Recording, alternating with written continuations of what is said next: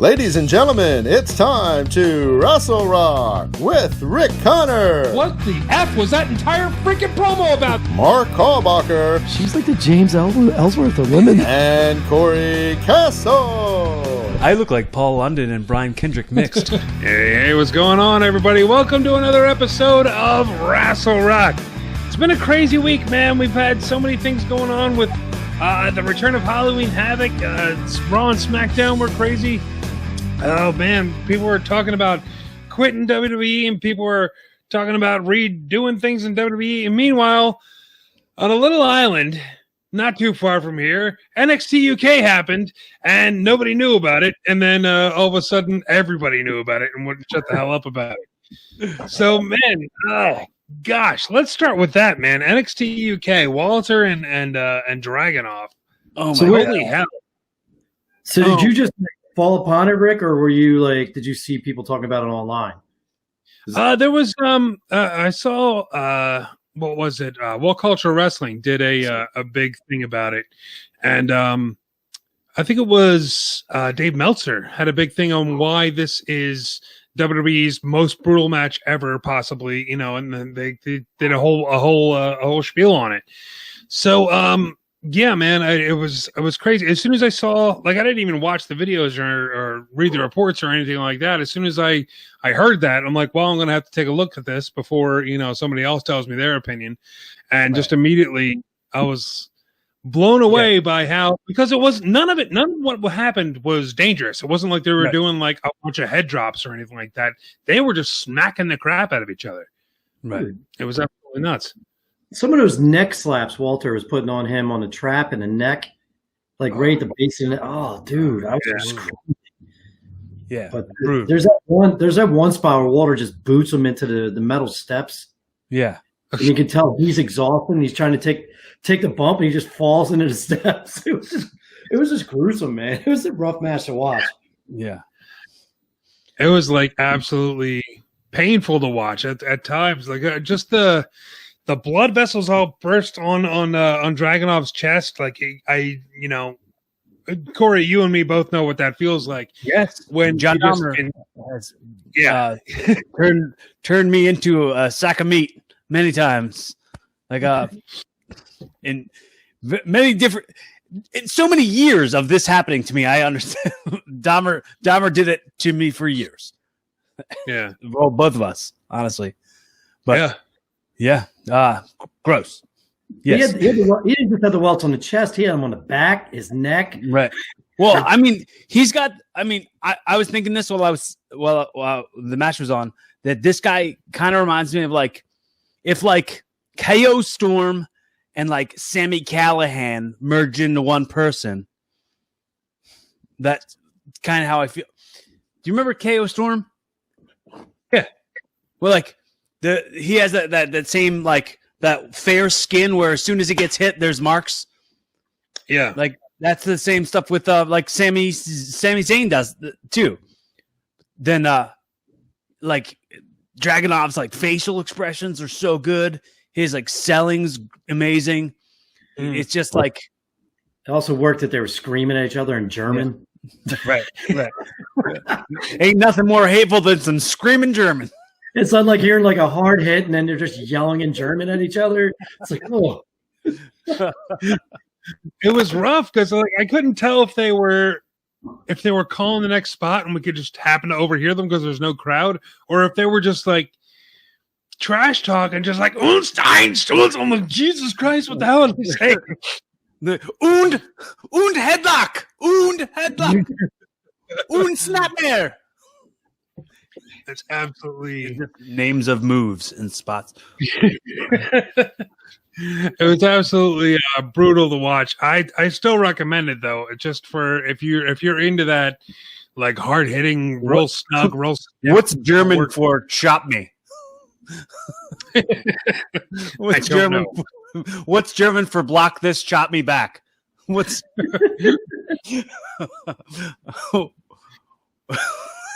It definitely seemed like there was some heat between those guys, like for them to be roughing each other up the way they were. But for sure, definitely, like in my head, it's more about like Walter is that dude just such a bully? Is he a bruiser? Like people, I'm trying to think of like if he like would pick on kids, you're like, oh, look at your stupid little shirt, like, and then bruise them up like that. I mean, we were talking when they first signed Walter, and he showed up. I believe originally he was in NXT, and then they made the whole NXT UK thing. When he first showed up, we were doing research and everything like that, and we were hearing stories about how brutal this guy is. We saw him in Survivor Series last year getting jobbed out in like the first couple minutes, and we're like, this Walter, like this is what we were told was all crazy about it. Like this was Walter. This was the beast that everybody promised that we were getting, or everybody hoped that we were getting. I was just watching it. Like I watched that match with my roommate Chris, and as he was walking out, and he's like got the robe on and everything. He's like William Regal, and I was like, kind of like, yeah, if like William Regal and Andre the Giant mixed up somehow, like that's we morphed them together. I'm doing a whole lot of one guy and another guy morph together, make another guy. I don't know why I'm doing that today, but for sure, Andre the Giant and William Regal as morphed together as one person. I could see that. People forget, like right before that Survivor Series, he had a great couple matches with Tyler Bate, and he had 2 or 3 really good matches with Pete Dunne. And I think those internet wrestling nerds were all like, "Yo, Walter." Yeah. And then, like you said, they put him on Survivor Series, and then all the casual fans are like, "Who's this bum that just got jobbed out in 30 seconds?" Oh, is that Vladimir Kozlov back? What's going on? It's a shame, and it's like maybe this will help get out there that's why this guy was, I guess the term is special, because like he's just something totally different than anybody else, even though he's just brutal. Dude, I must. This is my first time hearing the one commentator on NXT UK. I have to say, he sounds like if Bert Kreischer had a British accent. I couldn't stop thinking of that the whole time I was watching it. I was like, Bert Kreischer's calling the shots. But Nigel did such an amazing job. Like, what a testament! Like, what a dream match to be able to call as an announcer. That might be like what like they play back in his Hall of Fame speech. You know what I mean? And I was telling Rick offline when he was setting up, like, I didn't even know Nigel was still a UK because nobody watches it. Right. I thought he was gone after they dropped him off NXT. And just to hear his voice again as soon as the match started, I just smiled. It was like, oh, so now we have a special match and we have the right guy calling it. Right. So, he just elevated the match even more. Right. Exactly. And it just shows you like how like good, like a really solid commentator in wrestling is. And NXT definitely doesn't have it. Dude, I like Wade Barrett. I do like Wade Barrett. I think he's still getting there. I don't think he's not as good as Nigel. No. Absolutely not. Nigel was stumbling like that in the beginning too when he first started doing it. Just got to get all British people on our commentary teams, and wrestling will be good again. People with British accents make for the most official sounding folks. Yeah, definitely. I highly recommend this match. If anybody listening out there needs a match to watch and they're a big fan of, too many people these days was like, oh, I don't watch WWE. It's too cheesy. It's too corny. Go watch this match and you'll change your little tune there. Right. That level of brutality doesn't even happen in MMA. Like MMA doesn't happen that way. MMA is like, oh, one good hit and then it's over. This is like, no, it's not over because of a lot of good hits. Like, they're not out to kill each other, but they're out to really change the way tomorrow feels. When he threw him into the middle rope or the bottom rope. And that was the Enzo moment all over again. Except for this guy knows what he's doing. That's what I was thinking too. That's a total Enzo moment, except on purpose this time. Right. And just the when he had him on the top rope, like laying across the turnbuckle, give him a chop. You saw him chop him, and you saw his whole body teeter, like how hard. This is how much you may ruin my life. Teeter chop. I don't know. There's a balance, and the balance is not in your favor. Well, it's really like, your chest and back are going to be sore all week. There's absolutely no way you can have that style and do that stuff every goddamn day. You just can't. You got to do a show once every 2 months if you're going to hit that hard. Well, hopefully it brings eyes to UK, because they do have a lot of talented guys over there that aren't getting seen. And we can, I guess, use this as a segue, because I mentioned Pete Dunne into Halloween Havoc, all right, where Pete Dunne returned to NXT, and he looked amazing. Dude, he was the best shape I've ever seen him in. Mm-hmm. I guess he's part of this new faction, which they still haven't given a name yet. Yeah. With Pat McAfee. Dude, I love it. I think it's great. I love the McAfee. Like, I'm buying in, dude. I'm biting it. I like it a lot. And like, his promo is excellent. Like the fact that he was like, he's like, this isn't what I like to do. This isn't what I chose to do with my life. I chose to do other things where I made more money. I got a private plane. Internet fans, F you. Hey, check this out. I'm this good. I didn't even care about this. And I showed up, and I'm better than everybody else who's ever showed up. Like that's a great heel promo. And it's kind of like The Miz, where it's like you were a star elsewhere and you kind of brought yourself here and showed a little bit of what you could do. But like, this is kind of taken more seriously than The Miz, sort of. Yeah, and I like that he, besides Pete Dunne joining, I like that they used Oney Lorcan and Danny Burch. Two guys are awesome wrestlers and never really get the credit. So maybe like this will help build these guys up. Because McAfee, for a guy who's only wrestled one match, I mean, he's got something. He's definitely one of those dudes that came over, and he's not like one of these other football players that came over and can't talk, can't do anything like a Lawrence Taylor or something like that. This guy, he went up against Adam Cole and put a hell of a match on, and then he shows up and gets on the mic, and he's that good on the mic too. Like, I'm kind of excited to see where it goes, and I think they need a new faction over in NXT. Right? Yeah, it is. It's going to be. It's going to be interesting to see how they like play it out. Like if it gets played out real quick, that'll suck. But like it's going to be like Pete Dunne's so good. It's going to be hard to keep him as a heel, like to make people hate him and continue to hate him because like so many people love him so much. Yeah. But yeah, it's going to be a cool War Games if it's leading to that. So I guess like I didn't even think about that. Oh, this is going to be awesome for War Games. Yeah, it's going to be a great War Games team because like Undisputed Era has always killed it in the War Games. So mix that with other like Pete Dunne, like it's going to kill, dude. It's going to be awesome. Yeah, I don't know. You got Pete Dunne, and like I said, Oney Lorcan is very underrated. That guy can wrestle his ass off, and he's stiff as hell. So for like a match like War Games, he's gonna shine in something like that. Well, the guy he used to be called Biff Busick, and he did. I think he like used to do stuff with Jeff.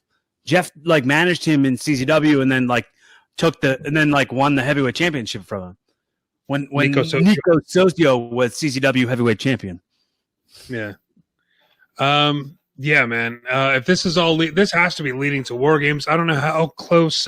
Excuse me.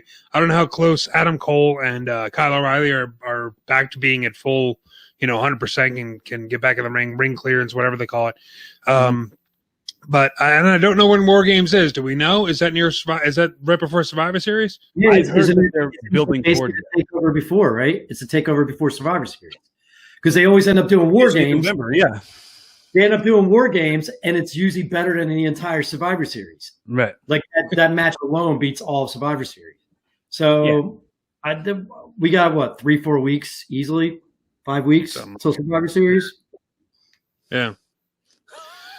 It's coming up. It's coming up quick, man. And Pete Dunne, I don't think you have to worry about Pete Dunne not getting over as a heel because there's no crowd still. So they're piping in whatever sounds they want you to, if they want booze, they're going to get in the Capitol Wrestling Center. There's a gaggle of fans, but they're probably paid extras. Yay, boo! Smack the glass. I guess it really doesn't matter. And that's another thing we didn't even bring up when it came to watching the NXT UK. There was no crowd at all, and it just added to the brutality. Just listen to this. It felt like I was watching like some abuse, like some sort of shit I shouldn't be watching. Sorry, some sort of stuff I shouldn't be watching. Yeah. Oh man, it was rough. It was rough to watch. I think you could kind of hear some people, like crew members and stuff like that. You can kind of hear when the real brutal hit. You just be like, "Ooh!" Like you just hear that every once in a while, which I think made it even better. It's like they even thought it was going too far. If it cut together, just the sound effects of you going ooh ooh and put that over wrestling ooh ooh, that kind of weirds me out. I definitely made noises during that entire match. Yeah, it was so brutal. There was that one where he bowed him over the corner and he stepped on his neck and then came down and just smacked him. I was like, why? What did he do? What did he do to poor Walter? Man, Halloween Havoc was something I thought really good. It's when you compare it to the other stuff like the Great American Bash and In Your House and stuff like that, I thought this was absolutely fantastic. The spin the wheel, make the deal thing, the Devil's Playground match, I thought was really good. They played up Gargano perfectly with the I hate wheels thing. That was Gargano was freaking hilarious, and they really need to do more with that because he's what I didn't understand at all. Why did Johnny Gargano super kick that dummy that popped out of? That was my favorite part of the match. It's so silly. It's such like a waste of time.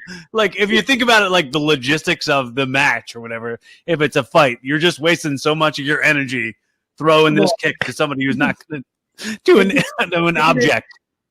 Him just super kicking and screaming. That's what you get for scaring me. Oh, come on, man! That was great. I got you back. That was a very weird finish, though. Him falling through the prop, and that was what put him out. But I didn't mind the match up until the finish. I thought it was a really solid match, and dude, I liked how they basically Halloweened up the whole set. I liked how it had a different feel. Everything like had a really cool vibe to it. I mean, the girls' ladder match, how they put orange stripes on all the ladders, and the bag of limbs was kind of stupid, but I thought the girls murdered each other. I also what's her name? Raquel Gonzalez, way better than I thought. Yeah, way better than I thought. They've been using her as a heater. I didn't know she was going to be like not the greatest wrestler or whatever. Her and God, why am I blanking out her name? Rhea Ripley. They woo, that was a good match. I really enjoyed that match a lot. That was damn good. That was like you said, Raquel Gonzalez really surprised me. I didn't know she was that good, and she just had for her to just be bad, her to not be ready to have a match with Rhea Ripley, but then she does, and you're like, okay, cool. Okay, you don't suck like I thought you would. Like I didn't think she was gonna suck, but I didn't think she was gonna have like one of the best matches of the night. You know what I mean? Like they had like this one. Like I'm not gonna compare it to Walter and Dragonov. But I mean, they had that brutal, like just two girls beating the crap out of each other vibe to it, and like there's two big girls, two beasts just going at it, which was really cool because the next match was the Candice LeRae and Io Shirai, which you're not going to get because they're 5'2" and they weigh nothing. So I thought it was really good, throwing all the weapons there with that match, and then you had somebody and help her put her up on on the top of the ladder, and it's like, okay, and then there's mystery towards it, and where it was so much more than just your regular episode of NXT. So I really enjoyed it. It always goes to show you with WWE, especially I think with NXT, is you can call them out every now and then because like how they compete against AEW, and AEW is a really solid show. But when they want to, you're not going to beat NXT with the level of talent, the level of production they have behind their shows. And when these guys want to wrestle and girls want to wrestle, that, like I said, it is the best women's division in wrestling. So you can't even compete against these girls. And that bump Candice LeRae took onto the ladder, and her whole body just wobbled because the ladder didn't break. Like, that was brutal, man. And, I was just glad because Io and Candice LeRae's matches weren't really clicking. I was glad this match finally showed what these two can do, and it was really good. I'm shocked Candice LeRae didn't win the belt. I thought really she was going to win the belt finally. So I don't know that. My wonder is like, what's the next step now for Damian Priest? Now that like they took the United, are they going to put him towards like NXT Championship, or are they going to like put him on the main roster? I think he's going main. He's going main. Yeah, I mean, there's not too many places left for him to go. I can't imagine that they're going to send him up because right now we don't have an NXT champion because Finn Balor's still hurt. Right. And everybody's focused on the the potential War Games match with Undisputed Era and Pat McAfee's crew that I don't think you're going to have any kind of, unless they just take them off TV or throw them in like a random feud with Velveteen Dream or something like that. I don't think you're really going to get much out of Damian Priest for at least another couple of months unless they just move him directly up to the main roster, which I don't know. I don't really see him doing immediately. But maybe somewhere down. It's either that or maybe they're putting him aside possibly because we don't know if Adam Cole or Kyle O'Reilly comes back. And maybe we have to do something where we plug him into as like the fourth guy over an Undisputed to go against these. Like maybe they're putting him in a holding pattern in case they really need him for this match. Well, I was thinking he'd be probably like a surprise entrant on a Survivor Series team. I don't know which, but that would probably be a cool thing to do with him, to like introduce him into the, hey, he's working with main roster guys, like main roster guys in this sort of capacity, pay-per-view debut. That's kind of what I was thinking. Can you guys see that happening? Yeah, it's a possibility. That's a possibility. I can see that. Yeah, and they never handle it right, but yeah, I can see it. Yeah. I mean, look how great Keith Lee looked at Survivor Series last year, going all the way into the Rumble, and now the guy can't win a match unless there's like 15 distractions and someone gets punched in the nuts. Like it's Keith Lee. It's Keith Lee.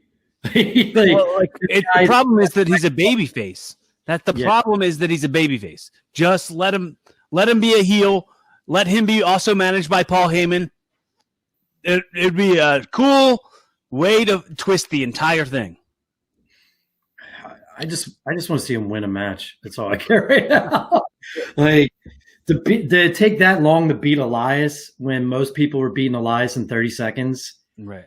And it still took Jeff Hardy for him to win that match. Like, dude, I think they think they're not hurting him, but they're not making him interesting or wanting to be watched either. It's like I don't know. And then his boy Matt Riddle.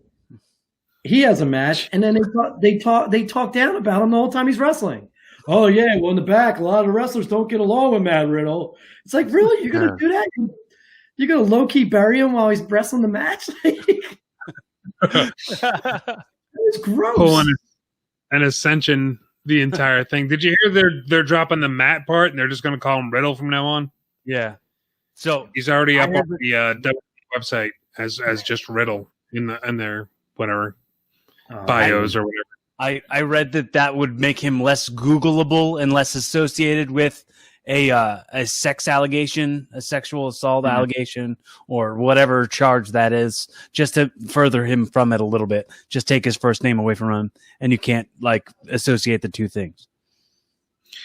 I mean, I guess that might be true, but at the same time, it's the same treatment they gave everybody else, like Andrade and and Cesaro and 1,000 other people with it took away I their didn't name. read that any official place. I just read it on some fan's Twitter. Yeah.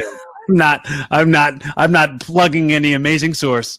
I don't know if that's the reason they actually did it, but it also enables that feature. Yeah, I guess. I don't get the one name thing anyway with WWE and why they're so obsessed with it. I mean, all their biggest wrestlers like Hogan and all, like, yeah, you would call them by their last name, but it's Hulk Hogan, Randy Savage. Yeah, but the thing is, these are superstars, which are not human, so take the humanity of a first name out of it. Like, they're not going to call Chad Gable Chad, they're going to call him Gable, because there are other people out there named Chad, and maybe it stands for something else. I don't know. I'm not an incel. I don't really know how that whole thing goes. I know, it's just weird to me. You really go through history. Who was the biggest one-name wrestler from the last 30 years? It would be Sting. Sting wasn't even a WWE guy. Right. And then they keep going with these one-name guys. I was going to say Taz, and he's not even a WWE guy. Exactly. Right. And all their big guys are Shawn Michaels, Bret Hart. Bret had 3 names. Like any Triple H. It's like Hunter Hurt Helmsley. Unless they're thinking The Rock, but it's still The Rock. Like, right. They're not going to start. Well, I mean, I could see them doing that with Roman Reigns. Just start calling him Roman, or just calling him Reigns. Something like that. I could see that happening. I don't just doesn't feels unnecessary. It feels like an unnecessary change. Something's working. Why not? Like with Matt Riddle, I get it a little bit because they botched his entire call up to the main roster anyway. So why not try and change some stuff up? But I mean, it's pretty much you're just gonna have like a bunch of people with just one names on your roster. It's like, why even bother? Right. Why bother calling them up? Because it'll be like Mortal Kombat, where it's like Luke Cage, like it'd just be like Spike, Cobra, Venom, and it's just everybody has one Raiden, Yeah. Well, right. Yeah. Well, Raiden was a god. He's an actual Chinese god. What was I going to say? You wanted to bring up I guess it's Cameron Grimes. Corey, you were talking about Cameron that one? Well, I wanted to bring up also the whole Michael P.S. Hayes thing. He jumps out. He comes out of the van, and you're like, "Whoa, Michael P.S. Hayes!" And then it's like, and you can't hear a goddamn thing he's saying. You can't hear a word he's saying. Bad street, and he goes away. I didn't hear a thing he just said. I didn't even care because I was just singing Bad Street while I was playing because I haven't heard that damn song in like 2 years, and I love that freaking song. And then Grimes goes, "Man, I hate the South." I'm like, bro, you're from like North Carolina. What a goof. I gotta admit, he's a good comedy wrestler, man. And the whole time he's just screaming, "Ah, ah!" The whole entire match he's screaming. He needs like a Cobra, like some sort of. What did you say? I just wish he had a better wrestler to go against in that match. Yeah, because I don't think. Well, I don't think Dexter's bad, man. I like him. I like Loomis. I think he's good. I just didn't think it worked for that match because I think they were going for like a Michael Myers vibe because he doesn't beat. I didn't understand the whole like zombies thing and like the haunted, like when they were in the haunted house and the lady goes all the way backwards. I didn't get why that was essential. I mean, it's scary, yeah, and we're going for Halloween stuff.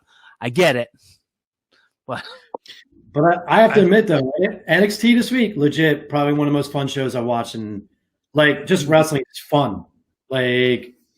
Yeah. It was goofy. There was a lot of like we're talking about Cameron Grimes, William Regal. This way, please. He kept trying to get him to go in the vehicle in the and it's just the way he was talking to him all creepy and just kept pointing to the side. Like even Regal was in on it and everything. It was just fun, man. It was, and I miss that sometimes because Raw was. I don't know what the hell happened to Raw. Like I couldn't understand anything that was going on. Even the Wyatt stuff was a little weirder than normal, like you said, like giving the rabbit cyanide. Yeah. Well, we gave him tea and got cyanide in it, and he's like throwing up and dying. And then while he's dying from that, he gets hit with a stick. Let's just kill him. Let's kill him twice. Whatever.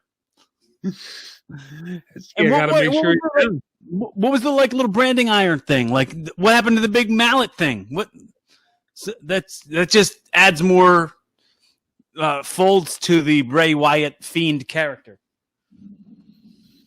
Yeah, I mean the whole thing is weird. You know, it's with stuff like that you can't really pick it apart and be like, what did this mean? I really don't think there's any hidden meaning behind any of this. I think it's just weird. And it's gonna get weirder with Alexa Bliss, even more so. Dude, she reminds me of Baby Firefly, you know, from the Devil's Rejects, like the run, rabbit, run, like all of it. It's cool. I like it, and the whole cutaway so that they can put the weird contacts in. It's super cool. I enjoy when she did the moment of bliss, and then she just sat in a corner and just did this while like Randy was getting attacked.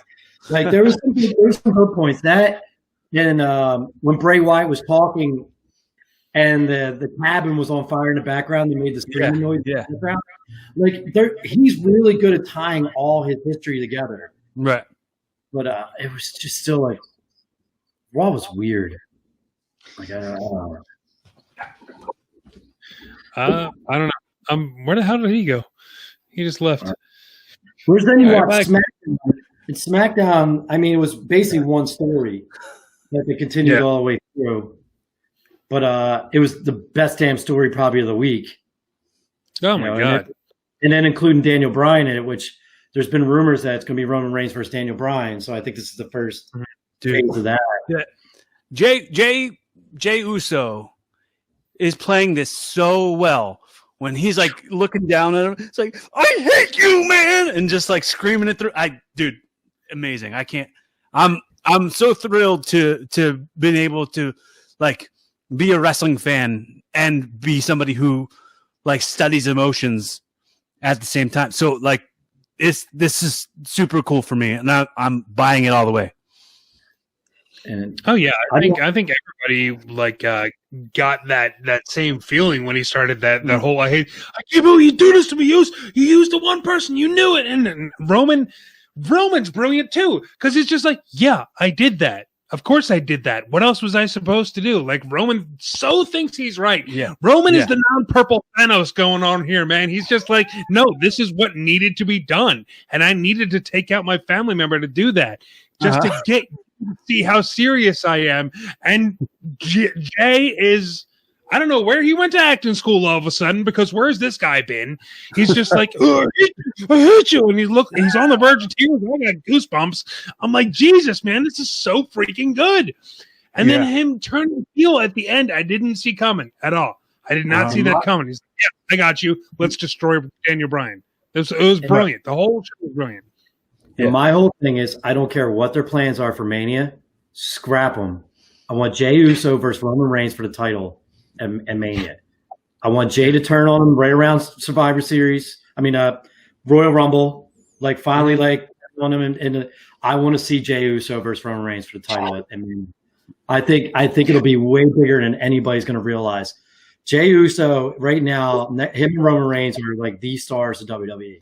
They're killing it, and now they're bringing in King Babyface, Daniel Bryan to tie the story together. It's only going to get better. Yeah, and Roman standing there with Paul Heyman pointing at Jay and going, "Show him." You're saying it was just perfect. It was just his stoic, low key, like I'm a murder everybody like personality is just fantastic. And just seeing him screaming, I understand now, and all that, like just beating up Daniel Bryan was just, dude, such great stuff. I didn't even know what happened on SmackDown besides that story. Completely forgot. Nothing else mattered. Let me tell you, it was so good. And I know what you're saying about Jay and Roman at WrestleMania. We need this, I want to see the Virgil turning on Ted DiBiase moment that happened. You know, when it's just like that. Yes, finally, you see what you know. This could be you're you know. This could be that Kofi winning the world title emotional moment that WWE needs. They need moments like this, and we need that feel good story every now and then. Sometimes WWE forgets about that, and I really think if Jay turns around, and I don't care, have Jimmy interfere for him to win, so the brothers get over on Roman at the end. Right? I don't care what they think. The Fiend, whoever, scrap it. I want to see Jey Uso versus Roman Reigns for the world title at Mania. It's got money written all over it. If this storyline chugs along the way it's going, it's got money written all over it, and there'll be nothing better. And I'll be happy to see it. Because I have always loved the Usos. I think they're probably the best tag team in WWE. And like I said, I watched that Hell in a Cell match, just forgetting how great they are together, especially when they're with the New Day. Like the trash talking and the freestyle rap thing. Yeah, they're so good at trash talking each other while they're beating the hell out of each other. It's so great. Oh my God. Yeah, I don't know. I'm sad that WrestleMania is so far away because I want that to happen so bad. There's so many months in between. It's like, okay, well, Survivor Series is coming up, and I know they're going to do him and Orton, and then what are they going to do for TLC? What are they going to do for Royal Rumble? What are they going to do for Elimination Chamber? It's like, you think Edge is going to come back? Maybe. You think Edge will come back for Mania against Randy? That's the plan. I think the plan. Yeah, I think I've heard that actually. Now that I'm thinking about it, I heard that it's going to be Randy's holding the title for Edge when he comes back to have another run. Could be. I like it. Absolutely. I dig it. I get behind that. Yeah. Other than that, there's we saw no Otis and Tucker, which kind of upset me. I wanted to get a little bit more clarification on this storyline. We saw no Miz. We don't know what's going on with that and the Money in the Bank briefcase. Well, he got destroyed. He got destroyed by what's it called? Drew McIntyre. McIntyre, yeah. Mm-hmm. He got destroyed on Monday night. And, yeah. There's a rumor that he's going to try cashing in at Survivor Series because it's his 10-year anniversary from the last time he cashed in. Oh, yeah, that's right. I did hear that. Yeah, it's something like to the day of when he last cashed in or something like that. And it was Randy was also champion when he cashed in. Yeah. Oh, so, all the stars are aligning. Just for him to get RKO'd and not win. Right. Yeah. I mean, it would be a cool moment, but they might Zack Ryder him and get it back from him the next day. Immediately after, I'm all for it. Like you said, Rick, Miz is very underrated wrestler. He's a great character. So he'll make it entertaining, and he'll be, I guess, that little, the middleman between this Bray Wyatt, Randy Orton thing they're doing, and make it more now Randy Orton's got not only got to beat the Fiend, but now he might have Miz cash in on him and take the belt from him. So it gives a couple of multiple storylines, which they haven't done in a while. Is finally getting interweaving storylines, which help a lot. Instead of just Keith Lee punching people in the balls and get mad and screaming at them. 2 weeks when we were angry. We're a couple hours. Sorry, go ahead, Cory. I'm sorry. I was saying we also got Big E in the title picture stuff with all that. So I mean, whatever that winds up being too, mix in the Miz stuff, the Fiend stuff, the Roman stuff, all that stuff. Mix all that in. It's a real cool time to build towards those WrestleMania feelings you were having, Rick. Where it's oh man, it feels like WrestleMania is too far away. Yeah.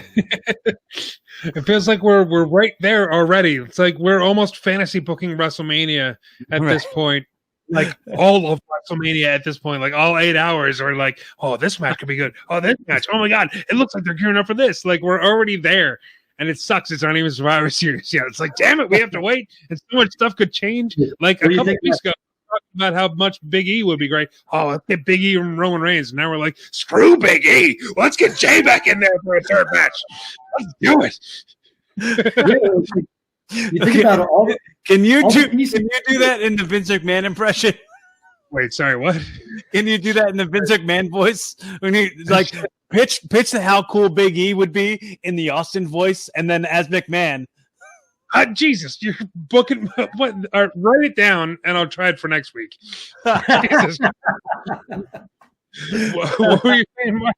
What I was saying is like it's a lot different than last year, and a lot of it comes from how well SmackDown in 4 weeks has completely turned the ship around, and they had the best storylines going and everything, and then you have a couple small.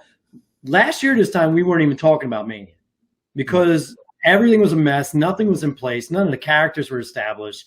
At least this time we're finally getting little pieces here and there, like, oh well, they could go this way with Roman Reigns, or they can go with Big E, or they can go Daniel Bryan, like they're stemming that off, and then you look on Raw, like we were talking about, like you have the Miz possibly cashing in, but is Edge coming back for Mania? Is Orton going to have the title in it? Like we weren't this excited. It's like it's almost like they might be slowly turning the ship around, and the storyline's starting to fall in place. And one of the rumors today is they're supposed to be doing something. I don't know if it's going to be another pathetic job piece, but Retribution. I'll put some on Twitter that they're going to basically try to. They're going to do something tonight, so we'll see what happens. All right. Well, hopefully it's not. I was just about to bring that up. The tomorrow or tonight on WWE Raw, I turn this ship around, but I don't want you to change. I want you to continue to ignore the warning. I want you to continue having no faith in us. After all, having no faith in us is what made us in the first place. So, I mean, it very, very much sounds like a work, but at the same time, it's like, okay, are they finally going to do something? Are they finally going to change it? Because they're what, 0-4 at this point for like for as long as they've been bringing these guys. They're 1-4. Slapjack pinned MVP once. So well, there you go. On one of the newest Botchamanias, they had the picture of Slapjack come up, and then it showed like the Urban Dictionary definition of Slapjack right next to him, and it was weird. And I'm never gonna not think of that when I hear his name or see him in the match. Yeah, you can't. We can't even say what that is. I can't unlearn it. So if you need to learn, if you really need to unlearn it, don't learn it in the first place. Wait, is it a different definition than what it used to be? On Urban Dictionary. What did it used to be? Slapjack used to be a bar of lead about that big, and it's not that. Handle. No, look up on Urban Dictionary. I thought that was called a blackjack. Is it called a slapjack? Yeah. I always thought it was a blackjack. All right, makes sense. That Stevie Ray. That could be, but there's also a sexual meaning for it. So stuff that we can't talk about. Look at Urban Dictionary, kids. Just look it up. I'm not going to do the work for you. You do it. All right, I think it's about that time. We talked long enough. Let's get to it, man. Who wins wrestling this week? Who wins wrestling? Blah, blah, blah, blah, blah, blah. I don't want to steal anybody, so who wants to go first? This is a hard one. This is a really hard one. This week is a really, really hard one. But I want to have to say Damian Priest. Just because, like, he had a showing. Not only did he have a showing, but, like, that whole thing, like, that was a WrestleMania moment, even though it wasn't WrestleMania. Having, like, this, like, his guy who's, like, his childhood friend playing him to the ring, and they, like, that's a thing they said they were going to do. Did you see that on his Instagram? I think I heard about it. I didn't see it, but yeah. Like, the guy who played him out to the ring on the guitar was, like, his friend. And he was like, when we were kids, we said, you'd play me to the ring, and here we are doing it. Like, that's such a win. That's such a win, and that wins wrestling for me. While it was a very hard one. And I'll probably agree with both of you guys, too. Mark, what do you got? All right. First of all, I completely forgot to mention when you brought the guitar thing. How cool was it that Poppy just popped up behind Io Shirai and then sang her music coming down the ring? That was cool. If you know Poppy isn't a fan of her, she's a very different, like almost like J-pop metal artist. So that was really cool. But I'm going with Jey Uso. The guy's been, honestly, like, as much as Roman's the guy, I think Jey has been the one carrying the storyline for weeks. And to see the emotional moment in the beginning with him telling him how much he hated him, and then finally, like, yelling, "I understand," the turning, and you can still see it in his face. He's not happy, but he just understands he has to do this now or he's out, like, was really, really well done. And like I said, SmackDown, I forgot every match on SmackDown after that happened. I couldn't even watch the rest of the show after that. Yeah, they had they were continuing with the Rey Mysterio and Murphy and whatever her name is had the big makeout session that freaked everybody out except for Seth Rollins, who seemed kind of enjoying it for some weird reason. Is her name? Is that her name? Aaliyah? Whatever, who cares? Aaliyah. It's not a good storyline, and everybody's kind of really disgusted by it. But there was that. You know, was that what wins? Was that what wins for you? No. I was just pointing out what else was on SmackDown. No, that's what wins the least. That's what loses wrestling. But I was going to go with Dragonov or somebody, just to pick somebody different. But I got to go with Jey Uso as well. Just anytime you make me feel emotion, like when you're showing emotion in the ring and you're making me feel it, like I was tearing up. I'm not even kidding. Like I was like, oh my God, he really misses his cousin. Like I was like, I was there. Got me feeling emotions higher than I've ever been. I was Mariah Carey all over that place, man. It was great. Yeah, definitely. I definitely have to go with Jey Uso. And you saw how fired up I got. How am I not going to go with Jey Uso? Christ. Oh, can we real quick, because you brought it up, and this is something that made me laugh so much when I watched it. Dominic has like a little dirt stash now. Yeah. Maybe he had it the whole time and I didn't notice, but like it's just like, oh, he looks like he's trying to be a grown up. Oh, get him a juice box. Look at you trying to look like a grown up. Look at you. Look at him in his little suit. It's so cute. He's like a real person. All right, man. I think we're about into it. We're about done here. Let's Mark, do you have anything before we get going? Rest in peace, Tracey Smothers. Passed away over the week. I didn't even know that. Oops. If you're not familiar, Freddie Joe Floyd from WWE wrestled in Smoky Mountain Wrestling for years, and was part of the I love him. Solid wrestler. Not a bad word said about him when he passed. Like so many people, just kind words. Can I tell a funny story about Tracey Smothers from last year? Because we just brought up Tracey Smothers. So I went down to Nashville last year. And there's a show, and it was like a rock venue. Like it wasn't even like a wrestling locker room. So everything was like broken up into green rooms. So Tracey comes in to the green room that we're all in, and he's like, "Oh, here it is." And he grabs this big gulp cup, and he's like getting into this story, telling this story, and like he's like intrigued everyone in his story while he's peeing into this big gulp cup. None of us were like, hey, why don't you stop doing that? Everyone just like sat there letting him tell his story, peeing into his big gulp cup, and then he goes, all right, and he puts the lid back on the cup, throws in the garbage can, and walks out of the room. I was like, what the hell just happened? That's how you know you've made it in this business, when you can just pee in front of an open locker room. There's like a whole bunch of people in the room, and he was just like, whoop. Well, and then I said to him, grab a leg lock, grab a leg. Yep. All right. This is ridiculous.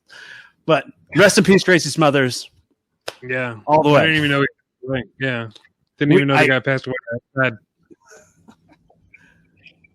Good, I Corey. used You to got really some. enjoy his working in ECW, the FBI, and all that stuff.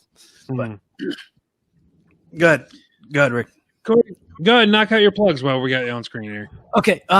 So check out Evolving with Cory Castle. New episodes drop every Monday. Make sure to subscribe on iTunes, Apple Podcasts, Spotify, wherever you find and enjoy quality podcasts. Also, starting in just a couple weeks, I'm going to be hosting. I'm going to be hosting. There's a Christmas village in Ben Salem. I'm going to be hosting events like shows and stuff, like doing stand up and like introducing acts in that, like on a nightly basis. So get into the Ultra Zone parking lot and come see me do my thing. Mark, was there anything else you wanted to say about Tracey Smothers since Corey cut you off? No, man. I always just thought he was a really solid wrestler. I always had like FBI was a really fun gimmick, and I just think he was one of those guys that was vastly underrated and never got the due he deserved. And he mentored a lot of guys, so I just think he deserved at least a shout out after him passing away. Very nice, man. Yeah, rest in peace, Tracey Smothers. Definitely will be missed by a lot of people. I got the same plugs I got every week. Check out my YouTube channel, tinyurl.com/YouTube Rick Connor. You can see a whole bunch of pro wrestling on there. Check out my other podcast I do with Mark's sister, Karen. It's called It's Something to Do. It's on Apple Podcasts, wherever you listen to podcasts. We just wrapped up the spooky month because, we just had our people coming on telling real actual ghost stories. Mark was on there. We just had Heather Klein on there, David Klein's wife from DCW. There's a whole bunch on there. It's actually really cool and really kind of freaky. So check that out before it gets too Christmassy around here, so you don't want scares anymore. Check out our merchandise store. It's teespring.com/stores/Rassle-Rock. I got to get back in there and start making some new stuff. I don't know if we're going to do Wrestle Bell Rock this year, but we got to start putting out some new. Can we start preparing for that? But then you said, I don't know if we're going to do it. I have no ideas for it, and I don't know how we're going to do it while maintaining social distancing. So it's going to be a little. We could do it on here. We could do it on StreamYard. We just record it that way. Shoot me some ideas, and we'll talk about it. Well, let's organize it. Okay. That'll about do it for this episode of Rassle Rock. I'm Rick Connor. Mark Habacher. Cory Castle. And let's take it out like we always do with Nick Burke. It's so hard to say goodbye to yesterday.